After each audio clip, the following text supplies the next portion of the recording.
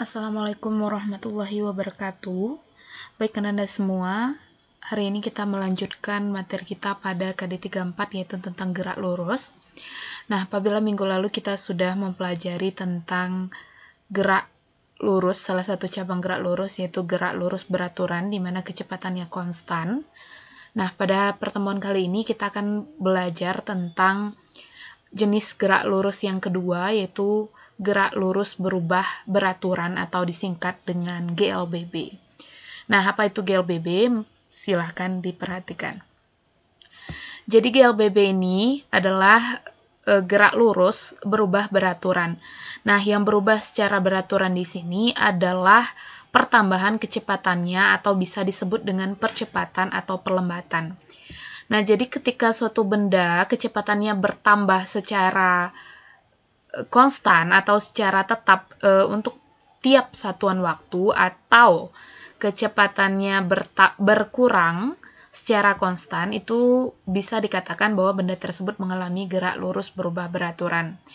Nah, jadi untuk GLBB itu tidak hanya terjadi percepatan atau penambahan kecepatan, tetapi juga terjadi pengurangan kecepatan atau disebut dengan perlambatan. Nah, contohnya begini. Misalnya pada detik pertama, kecepatannya itu 2 meter per sekon.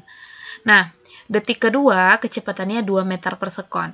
Nah, dari besaran ini kita tahu bahwa untuk setiap detik kecepatannya bertambah sebesar 2 meter per sekon. Yang artinya pada detik ketiga tentu kecepatannya 6 meter per sekon, kemudian pada detik keempat 8 meter per sekon, dan begitu seterusnya. Nah, kita tahu bahwa pertambahan kecepatannya sebesar 2 meter per sekon tiap sekon. Nah, itu dikatakan dengan percepatan. Nah, jadi ketika kecepatannya bertambah disebut benda mengalami percepatan, sedangkan ketika kecepatannya berkurang disebut benda mengalami perlambatan. Nah, benda mengalami pertambahan atau pengurangan kecepatan yang sama untuk selang waktu yang sama, ya, seperti yang sudah Ibu jelaskan. Nah, jadi untuk GLBB ini ada 3 rumus sakti yang harus Anda ingat, yaitu yang pertama S sama dengan V0 T ditambah setengah AT kuadrat. Yang kedua, VT sama dengan V0 ditambah AT. Yang ketiga, VT kuadrat sama dengan V0 kuadrat ditambah 2AS. Nah, ketiga rumus ini harus benar-benar dihafal dan diingat. Karena apapun materi fisika, ini besaran ini akan selalu bertemu, ya. Nah, jadi S itu adalah jarak tempuh.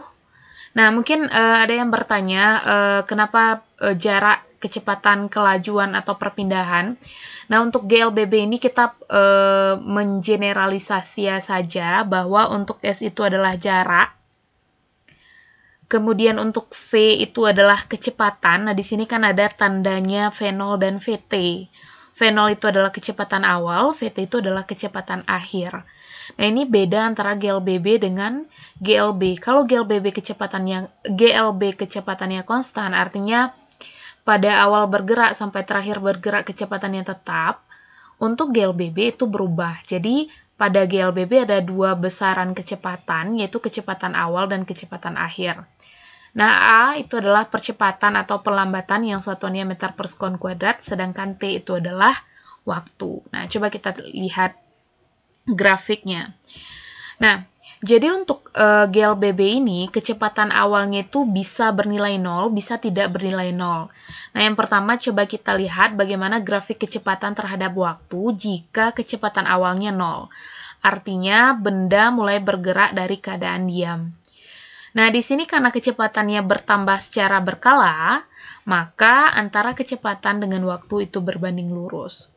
Nah, apabila bendanya bergerak tidak dari keadaan diam, artinya ketika kita mengamati bendanya sudah bergerak, maka bendanya punya kecepatan awal, maka kita harus menaikkan garisnya ke arah sumbu Y positif, artinya si benda sudah memiliki kecepatan awal.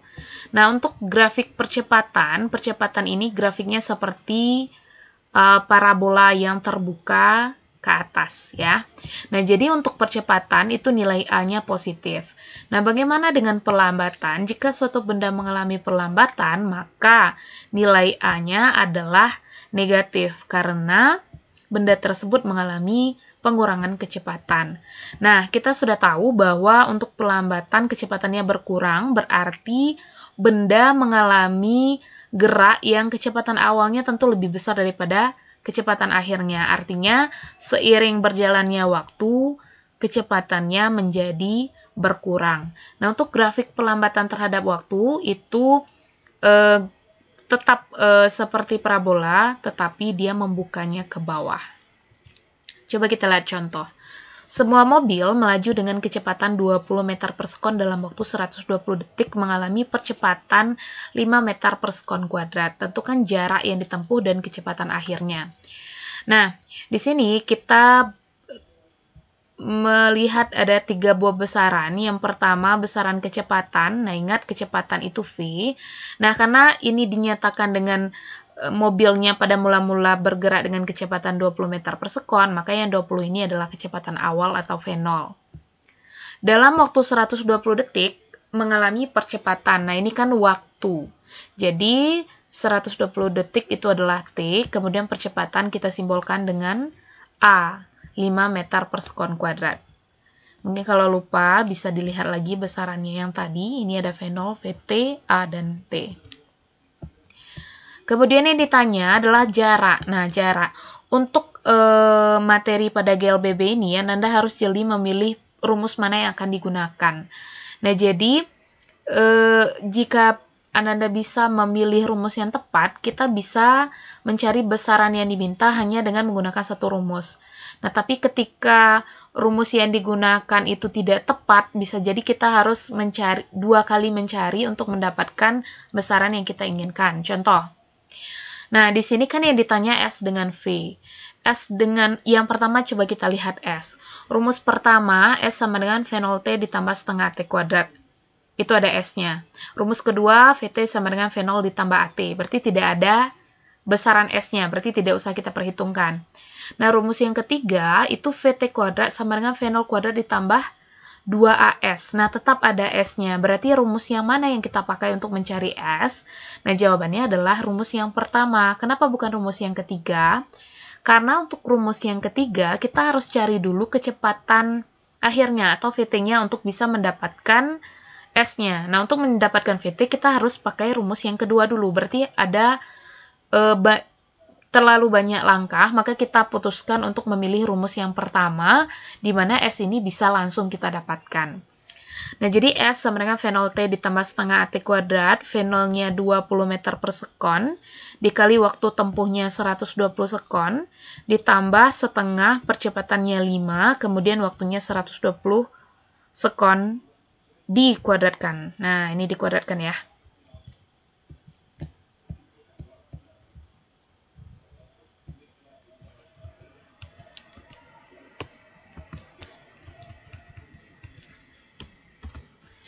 Nah, ini 120 sekonnya harusnya dikuadratkan.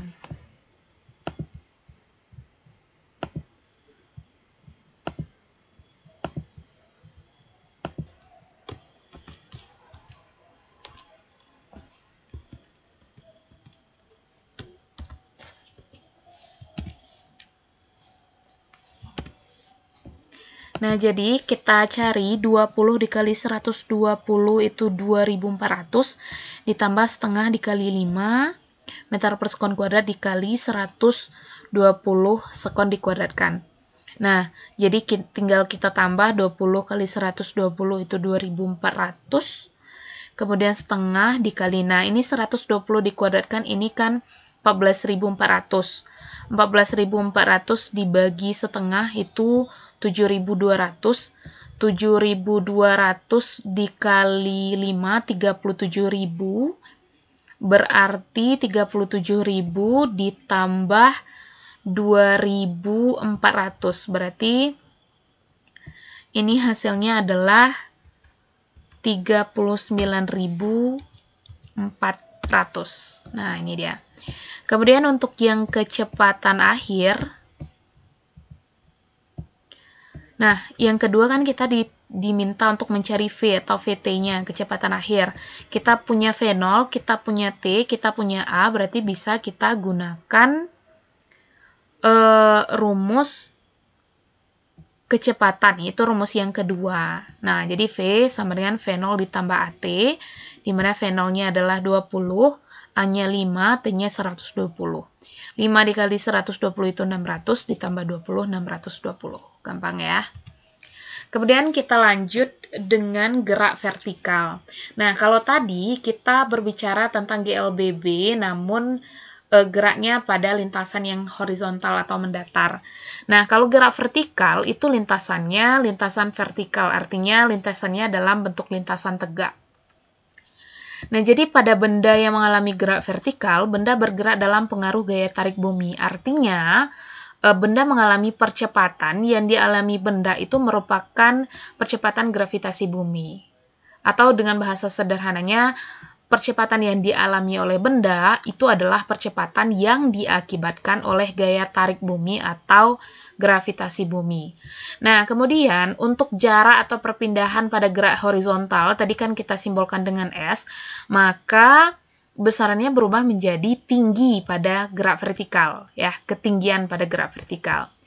Nah, yang pertama coba kita lihat gerak vertikal ke atas. Gerak vertikal ke atas ini artinya benda dilempar ke atas. Nah, jika benda dilempar ke atas, otomatis jarak tempuh yang ditempuh oleh benda itu diukur dari posisi awal bendanya dilempar. Kita simbolkan dengan H. Nah, ketika benda kita lempar, maka pada titik tertinggi yang bisa dicapai oleh benda, kecepatan benda akan bernilai 0. Nah, jadi pada gerak vertikal ke atas, benda bergerak dengan arah yang berlawanan dengan percepatan gravitasi bumi. Kenapa? Karena gaya tarik arahnya ke bawah, sedangkan benda bergerak ke atas, otomatis antara arah gerak benda dengan gravitasi bumi itu berlawanan, maka nilai G di sini atau nilai percepatannya adalah negatif. Artinya, benda mengalami perlambatan. Dari mana kan kita tahu bahwa bendanya mengalami perlambatan? Nah, buktinya makin lama kecepatan benda makin berkurang, sampai akhirnya pada ketinggian maksimum benda akan diam atau kecepatannya 0. Artinya kecepatan benda terus berkurang, yang bisa kita simpulkan bahwa benda mengalami perlambatan. Nah, coba kita lihat 3 buah rumus sakti tadi, yaitu S sama dengan V0T ditambah setengah T kuadrat. Nah, S untuk gerak horizontal kita tukar dengan H untuk gerak vertikal. Nah, ingat H ini adalah jarak tempuh dari posisi mula-mula benda dilempar, artinya H ini kita hitung dari bawah ya, dari posisi awal bendanya dilempar. Nah, di sini kan awalnya tandanya tambah, kenapa di sini menjadi kurang? Karena G nilainya negatif, dia melawan arah gravitasi bumi. Nah, maka kita ganti percepatannya menjadi negatif. Kemudian VT sama dengan V0 ditambah AT, berarti di sini yang kita gantian hanya A, A-nya kita ubah menjadi G. Kemudian VT kuadrat sama dengan V0 kuadrat ditambah 2AS. Nah, A di sini kita ganti jadi G, yang nilainya negatif, makanya di sini tandanya kurang. Kemudian S kita ganti jadi H, ya. Berarti VT kuadrat sama dengan V0 kuadrat dikurang 2GH. Nah, jadi untuk gerak vertikal ini, Ananda tidak harus menghafal rumusnya, yang penting Ananda hafal rumus 3 rumus untuk gerak horizontal, maka untuk gerak vertikal ini bisa diturunkan. Jadi yang penting ingat 3 rumus ini, maka untuk gerak vertikal itu aman. Nah, pada titik tertinggi kecepatan benda adalah 0, sehingga titik tertinggi yang dicapai oleh benda bisa dihitung dengan. Nah, kita tahu bahwa VT kuadrat sama dengan V0 kuadrat dikurang 2GH. Nah, untuk titik tertinggi itu kecepatannya 0, maka VT di sini kita ganti dengan 0. Nah, 0 sama dengan V0 kuadrat dikurang. Nah, H di sini kita ganti dengan H maksimum. Kenapa harus diganti dengan H maksimum? Karena kecepatannya bernilai 0. Benda hanya akan mengalami kecepatan sebesar 0 ketika berada pada titik tertinggi. Nah, jadi 0 kuadrat sama dengan V0 kuadrat dikurang 2GH max. 2GH max-nya pindah ruas ke kiri, tinggal V0 kuadrat. Maka H maksimum adalah V0 kuadrat per 2G. Nah, bagaimana cara kita mencari titik tertinggi yang bisa dicapai oleh benda? Nah, untuk mencari waktu untuk mencapai titik tertinggi, kita bisa masukkan yang ada besaran T-nya. Bisa rumus pertama, bisa kita pakai rumus kedua. Nah, kenapa kita harus mengambil rumus kedua? Karena untuk yang rumus pertama, T-nya ada 2 buah, berarti kita harus menyelesaikannya dengan persamaan kuadrat. Sedangkan untuk rumus yang kedua, VT sama dengan V0 dikurang GT, kita sudah tahu bahwa VT-nya nilainya 0. Nah, jadi kita gunakan rumus yang kedua, VT sama dengan V0 dikurang GT, VT-nya dimasukkan 0 sama dengan V0 dikurang G. Nah, karena VT-nya sudah kita ganti dengan 0, maka T di sini kita ganti dengan TH maksimum, artinya waktu yang dibutuhkan untuk mencapai titik tertinggi, itu TH max. Kita pindahkan GTH max-nya ke kiri, tinggal V0, maka T untuk mencapai H maksimum sama dengan V0 per G. Ya. Jadi H itu adalah ketinggian benda dari posisi semula, sedangkan H max adalah ketinggian maksimum. Contoh, sebuah benda dilempar vertikal ke atas dengan kecepatan awal 10 meter per sekon. Apabila percepatan gravitasi 10 meter per sekon kuadrat, berapakah ketinggian maksimum? Nah, kita tahu di sini kecepatan awalnya 10 meter per sekon, kemudian percepatan gravitasi 10 meter per sekon kuadrat, ini ditanya H max. Nah, H max kita sudah uraikan tadi bahwa H max sama dengan V0 kuadrat per 2G. Berarti H max sama dengan V0 kuadrat per 2G, kecepatan awalnya 10 meter per sekon, dikuadratkan jadi 100 per 2G. G-nya kita anggap 10, maka 20. 100 bagi 20 adalah 5. Maka ketinggian maksimum yang bisa dicapai oleh benda tersebut adalah sejauh 5 meter. Nah, jenis gerak vertikal yang kedua yaitu gerak vertikal ke bawah. Nah, jadi gerak vertikal ke bawah itu kebalikan dari gerak vertikal ke atas. Kalau pada gerak vertikal ke atas bendanya dilempar ke atas, maka untuk gerak vertikal ke bawah bendanya dilempar ke bawah. Artinya, kalau dilempar, benda memiliki kecepatan awal. Nah, karena bendanya bergerak ke bawah, maka kecepatan dengan gravitasi itu searah. Nah, artinya benda mengalami percepatan, ya.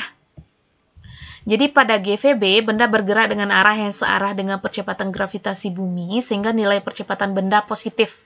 Ya, artinya benda mengalami percepatan. Nah, bendanya bergerak dengan kecepatan awal. Rumusnya sama dengan yang tadi, cuman karena bendanya bergerak searah dengan gravitasi bumi, maka tanda G-nya harus positif, ya. Jadi H sama dengan V0T ditambah setengah GT kuadrat, VT sama dengan V0 ditambah GT, dan VT kuadrat sama dengan V0 kuadrat ditambah 2GH. Nah, ada satu hal yang benar-benar harus diingat di sini, bahwa di sini ada sama-sama besaran H. Nah, tadi kalau pada gerak vertikal ke atas H itu kita hitung dari posisi awal atau dari bawah ke atas, maka untuk gerak vertikal ke bawah, H ini adalah jarak tempuh yang kita ukur atau kita hitung dari posisi awal bendanya dilemparkan. Artinya mengukur hanya ini dari atas ke bawah. Untuk gerak vertikal ke atas hanya diukur dari bawah ke atas.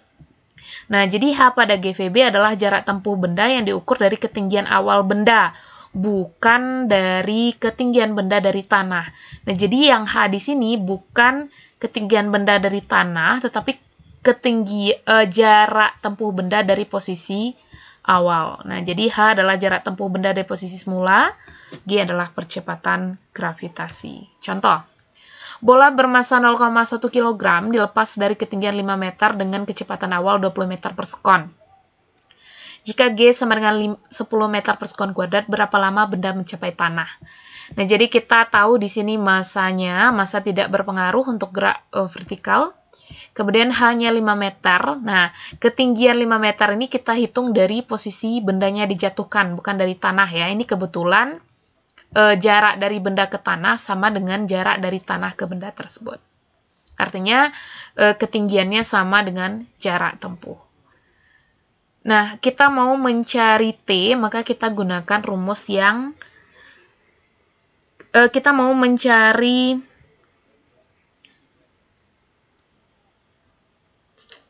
maaf ya, di sini Ibu salah. Harusnya kita mencari berapa lama benda mencapai tanah. Ya, kalau berapa lama benda mencapai tanah, berarti kita bisa gunakan rumus yang pertama. Nah, tapi karena di sini yang dicari kecepatan, maka kita ganti saja dengan kecepatan. Jadi pertanyaannya diubah, berapa kecepatan benda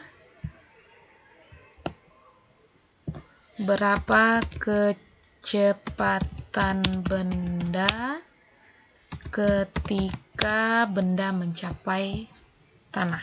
Nah, ini pertanyaannya ya.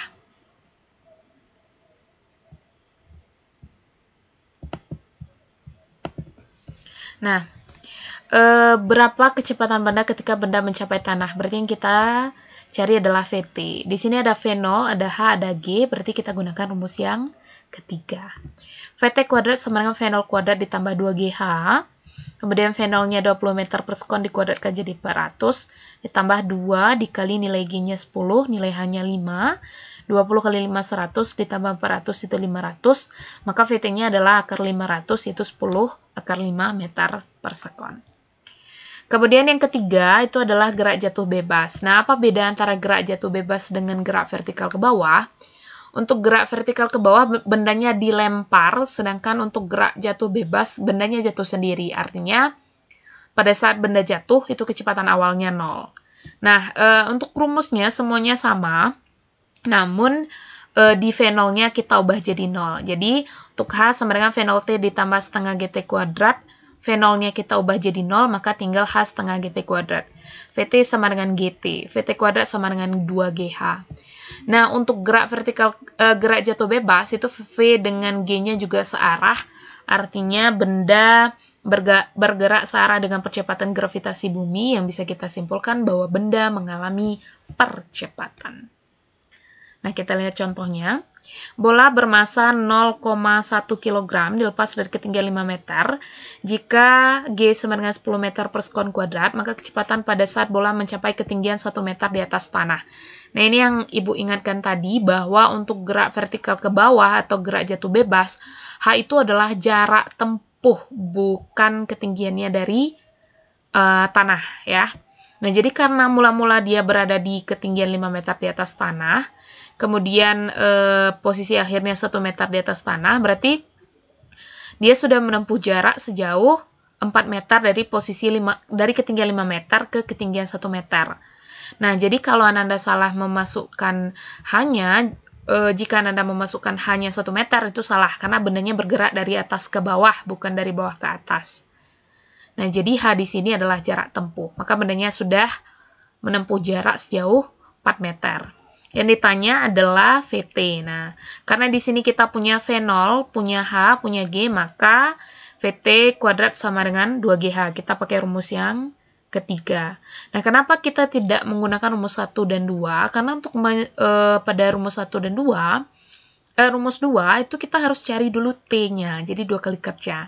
Maka untuk mendapatkan rumusnya secara langsung, kita bisa menggunakan rumus yang ketiga. Nah, lagian kalau misalkan kita menggunakan rumus yang kedua, T-nya kita tidak diminta untuk mencari T-nya. Jadi, VT kuadrat sama dengan 2GH, VT kuadrat sama dengan 2 dikali 10 meter per sekon kuadrat dikali H. Nah, H ini jarak tempuh ya, bukan ketinggian.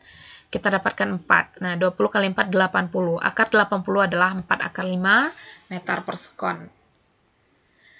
Nah, jadi itulah materi yang kita pelajari pada hari ini, yaitu tentang gerak GLBB, ada gerak vertikal ke atas, gerak vertikal ke bawah, dan juga gerak jatuh bebas. Nah, jadi mungkin contoh yang Ibu beri adalah contoh yang sederhana, silakan dicari contoh-contoh soal lainnya. Jika ada pertanyaan atau ada sesuatu yang kurang paham, silahkan ditanyakan ke Ibu. Terima kasih atas perhatiannya. Assalamualaikum warahmatullahi wabarakatuh.